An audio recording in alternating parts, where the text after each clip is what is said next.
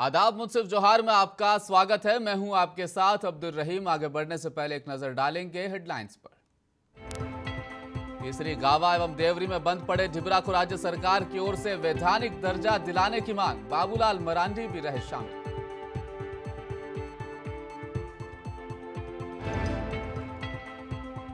जामताड़ा जिले में बिजली बिल में लगातार मिल रही गड़बड़ी, 1,24,000 विद्युत उपभोक्ता के ऊर्जा मित्र बिल से परेशान।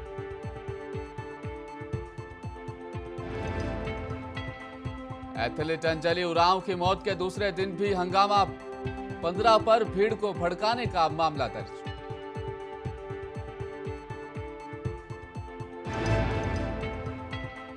और तेजस्वी यादव बन सकते हैं बिहार के मुख्यमंत्री, होली के बाद नीतीश कुमार छोड़ना चाहते हैं पद।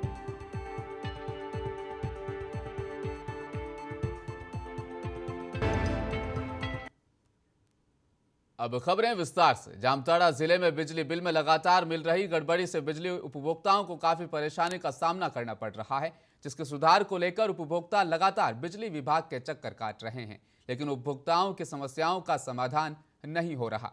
बताया जा रहा है कि जामताड़ा जिले में लगभग 1,24,000 विद्युत उपभोक्ता हैं जिन्हें ऊर्जा मित्र बिल देते हैं। इसके लिए ऊर्जा मित्र उपभोक्ता के यूनिट का आंकड़ा मोबाइल ऐप से लेकर एजेंसी को भेजते हैं, मगर कई बार एप्लीकेशन में गड़बड़ी के कारण जब ऊर्जा मित्र बिल प्रिंट कर उपभोक्ताओं को देते हैं तो बिजली बिल अधिक पाकर उपभोक्ता गुस्सा हो उठते हैं, जिसका खामियाजा ऊर्जा मित्र को सहना पड़ता है।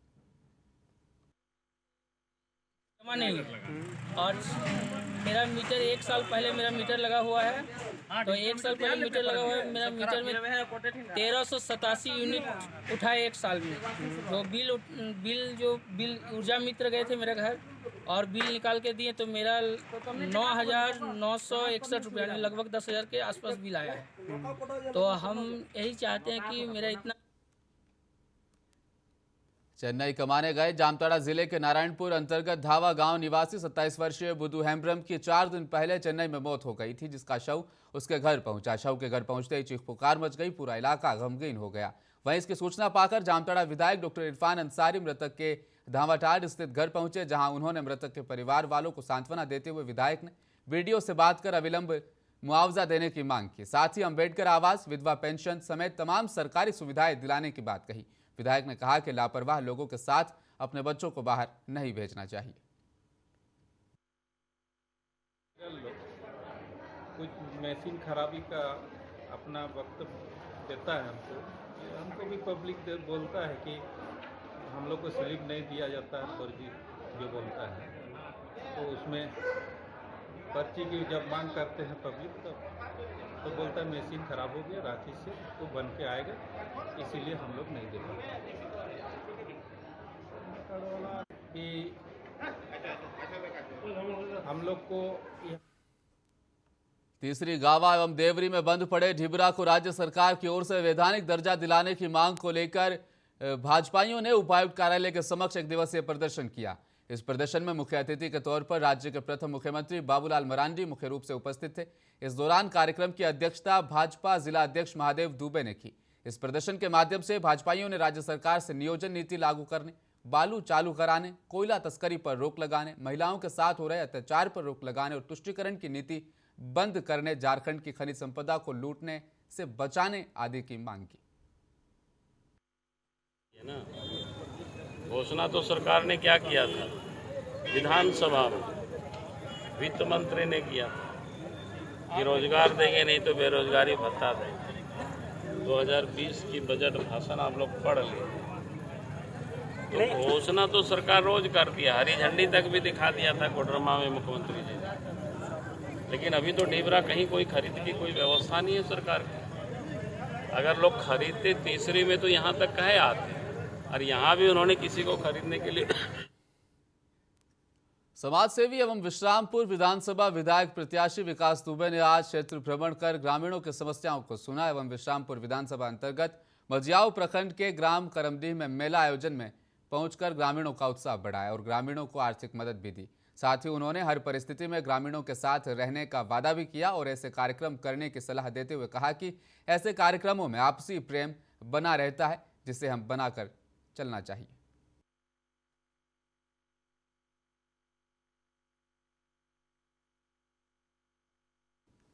जामताड़ा के मोड़ा मरकज में आयोजित 3 दिवसीय सालाना इज्तिमा मुल्क में अमन शांति तरक्की की दुआ के साथ संपन्न हो गया। समापन के बाद अन्य राज्यों के लिए जगह जगह जाने वाली जमातें भी अपने अपने निर्धारित स्थानों के लिए रवाना हो गई। इज्तिमा के समापन को लेकर सुबह से ही इज्तिमा गाह में लोगों की भीड़ पहुंचने लगी थी। दुआ के निर्धारित समय तक कार्यक्रम स्थल खचाखच भर गया था। दुआ से पहले इज्तिमा को संबोधित करते हुए मौलाना ने कहा कि आज का मुसलमान नमाज और दीन के मामले में पिछड़ रहा है, इसलिए जमातों में जाने वाले हर जमाती का फर्ज है कि वह हर बस्ती और मोहल्ले में मुस्लिम समाज के लोगों को मस्जिद में नमाज पढ़ने के लिए प्रेरित करे।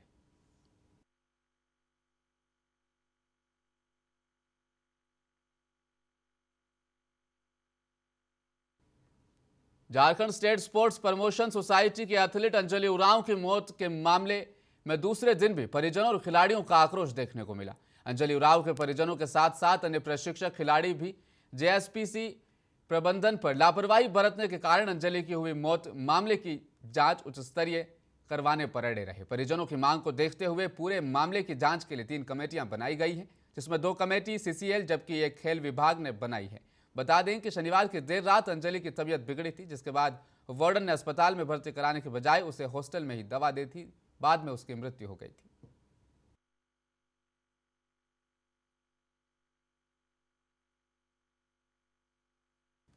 सदर प्रखंड के चांचकी पंचायत स्थित मध्य विद्यालय के पश्चिम संलग्न मैदान में इंसानियत फाउंडेशन पाकुड़ द्वारा रक्तदान जागरूकता कार्यक्रम का आयोजन किया गया।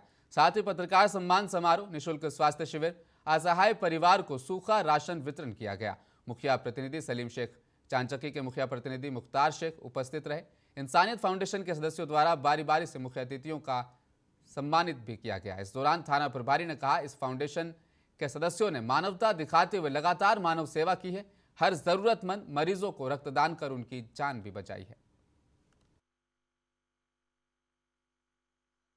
ग्रामीण इलाकों में जो ब्लड के चलते लोगों की मृत्यु हो रही है, वो कमी को हम लोग दूर करने के लिए एक जागरूकता प्रोग्राम रखे हैं, जिनमें सभी पत्रकार, डोनर और असहाय लोगों को सूखा राशन देकर सम्मानित कर रहे हैं, जिसमें लोगों को पता चले इंसानियत फाउंडेशन पाकुड़ में नहीं बल्कि कई क्षेत्रों में काम कर रहे हैं, जो लोगों को मदद करने के लिए आगे आ रहे हैं और वो हम लोगों के साथ जुड़े और जितने भी लोग वह सब है इंसानियत फाउंडेशन में रक्तदान करें और लोगों को रक्तदान करने के लिए जागरूक करें।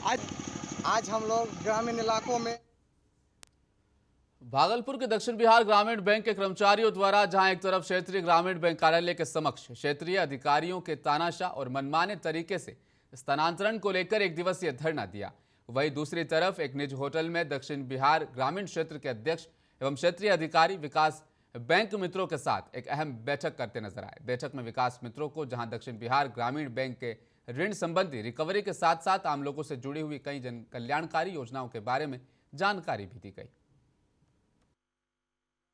बैंक जो हमारा है दक्षिण बिहार ग्रामीण बैंक, इसका पर्पस हम हमारे जो ये बैंक मित्र हैं इनको समझाने के लिए आए हैं, कैसे हमारा एम, हमारा ऑब्जेक्टिव, हमारा स्ट्रेटेजी गांव-गांव में फैले और कैसे लोगों को ऋण चुकता करने के लिए मैसेज दिया जाए। ये सब चीज़ें हम यहाँ पर बताने के लिए आए हैं। कौन कौन से बैंक के स्कीम हैं जिसके तहत ग्रामीण किसान, ग्रामीण नौजवान, ग्रामीण महिलाएं उसका उपयोग कर सकती हैं, उसको बताने के लिए आए हैं। ये हमारे जो बीसी हैं ये हमारे अभिन्न अंग हैं, एक्सटेंडेड आर्म हैं, तो हम इनको ये भी बताने आए हैं कि आप रिप्रेजेंट करते हैं, ईमानदारी से काम कीजिए, किसी तरह का जो है गांव वालों को दिक्कत नहीं हो, जो भी हमारा काम है वो हम गांव में फैलाएं। इसी पर्पस के लिए इनकी जानकारी को उन्नत करने के लिए, वैल्यू एडिशन करने के लिए हम लोग यहाँ पर मीटिंग की। भागलपुर नगर निगम में आज आम बजट को लेकर बैठक रखी गई। आज की इस बैठक में नगर आयुक्त Yogesh Sagar, mayor doctor Vasundhara Lal, deputy mayor doctor Salahuddin Hasan के अलावा सभी वार्ड के पार्षद उपस्थित रहे।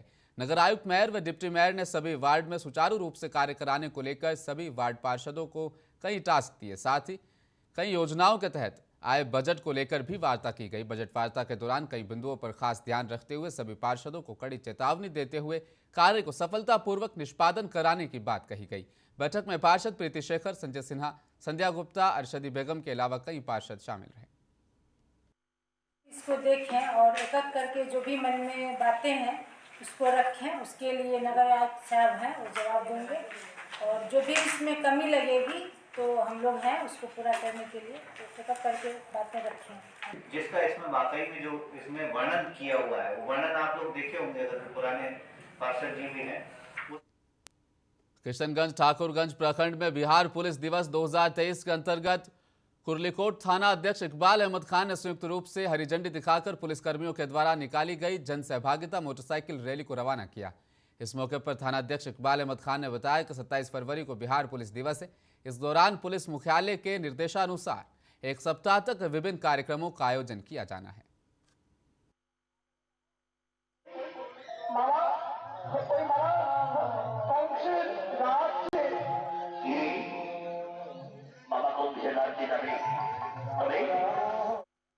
कटिहार जिले के फलका थाना एवं पोठिया ओपी के प्रांगण में आगामी बिहार पुलिस दिवस 2023 को लेकर जन जन की ओर बढ़ते कदम कार्यक्रम के तहत जन सहभागिता मोटरसाइकिल रैली थाना अध्यक्ष उमेश पासवान और ओपी अध्यक्ष कैप्टन संजय पांडे के नेतृत्व में रवाना की गई। सहभागिता रैली में थाना व ओपी में प्रतिनियुक्त सभी पुलिस पदाधिकारी और कर्मी शामिल रहे।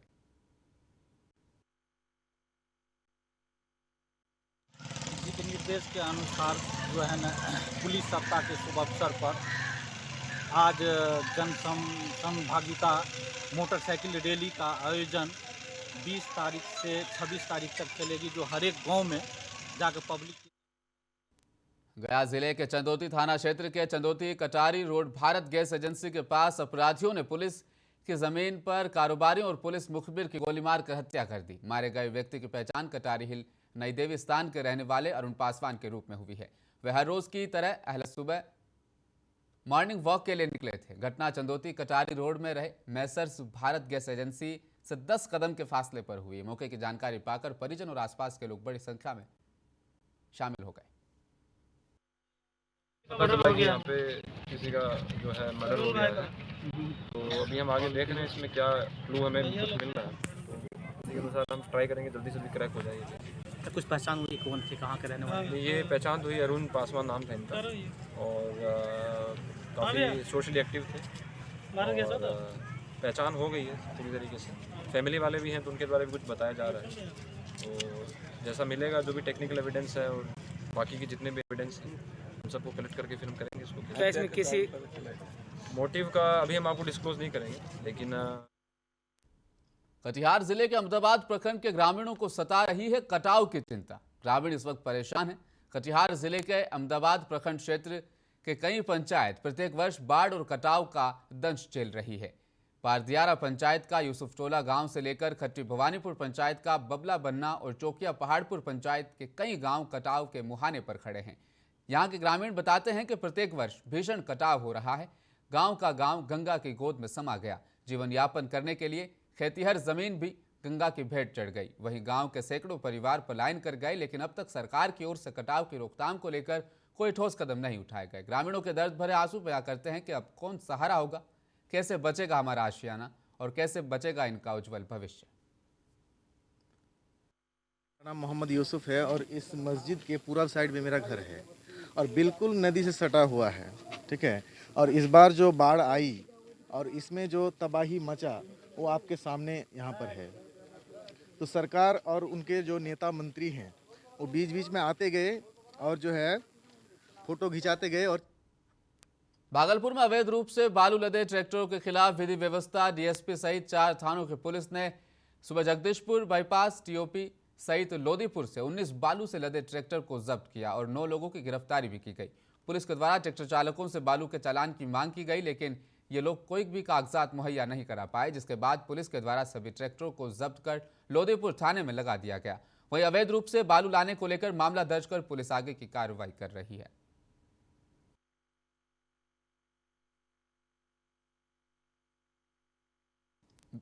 बिहार सरकार से पैसा निकलवाना इतनी आसान बात नहीं है, ऐसी बातें करते दिख रहे हैं तिलकमांझी भागलपुर विश्वविद्यालय के परीक्षा नियंत्रक अरुण कुमार। एक तरफ जहां बिहार के मुख्यमंत्री नीतीश कुमार महिलाओं और कन्याओं के लिए कई योजनाओं का लाभ देने की बात कहते हैं, वहीं तिलकमांझी भागलपुर विश्वविद्यालय की लड़कियां इस योजनाओं से दूर दूर तक वंचित है।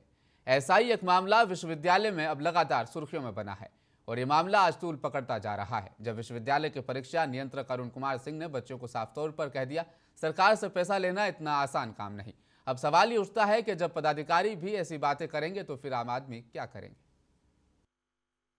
कहाँ उग्र है, हम कहीं को उग्र नहीं है, मैं जरा सा उग्र नहीं हूँ।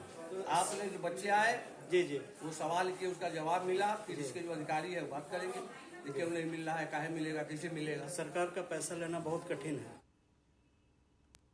भागलपुर के कलेक्ट्रेट स्थित समीक्षा भवन में जीवनांक सांख्यिकी से संवाद पदाधिकारियों के सर्वधन हेतु जिला स्तरीय 1 दिवसीय प्रशिक्षण का आयोजन किया गया, जिसकी अध्यक्षता जिलाधिकारी सुब्रत कुमार सेन के द्वारा की गई। कार्यक्रम के दौरान जिला सांख्यिकी पदाधिकारी से अपर जिला रजिस्ट्रार सहित सिविल सर्जन और स्वास्थ्य विभाग के कर्मियों ने प्रशिक्षण में हिस्सा लिया।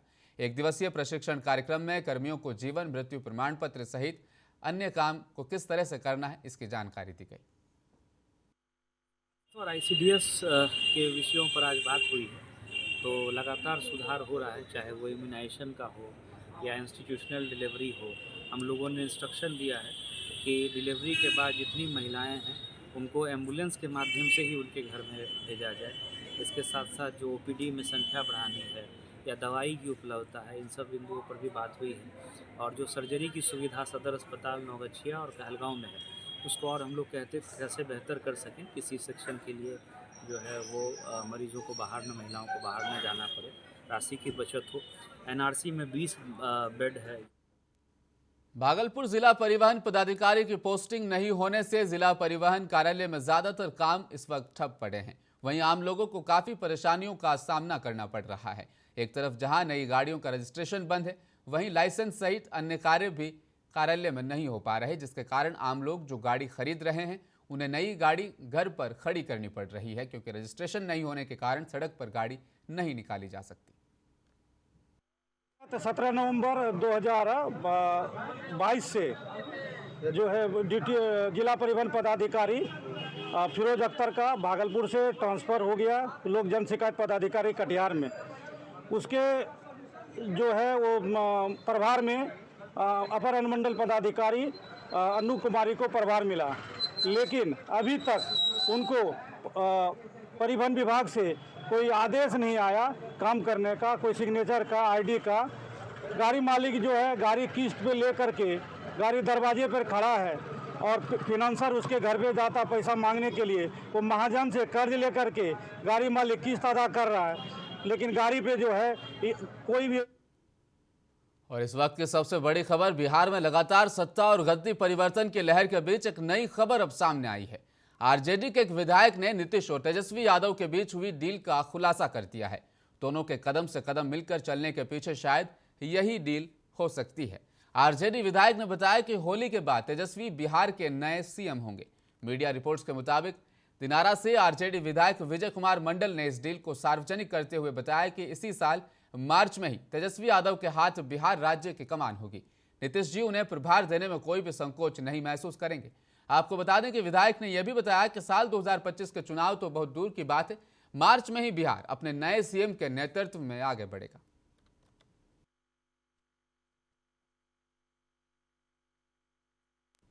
और अंतिम क्षणों में एक बार फिर नजर डालेंगे हेडलाइंस पर।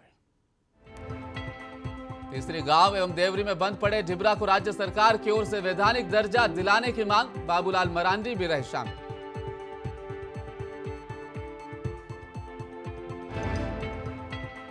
जामताड़ा जिले में बिजली बिल में लगातार मिल रही गड़बड़ी, 1,24,000 विद्युत उपभोक्ता के ऊर्जा मित्र बिल से परेशान।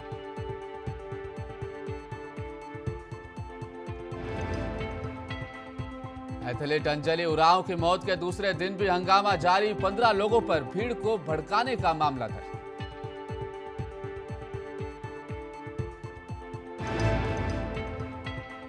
और तेजस्वी यादव बन सकते हैं बिहार के मुख्यमंत्री, होली के बाद नीतीश कुमार छोड़ना चाहते हैं पद।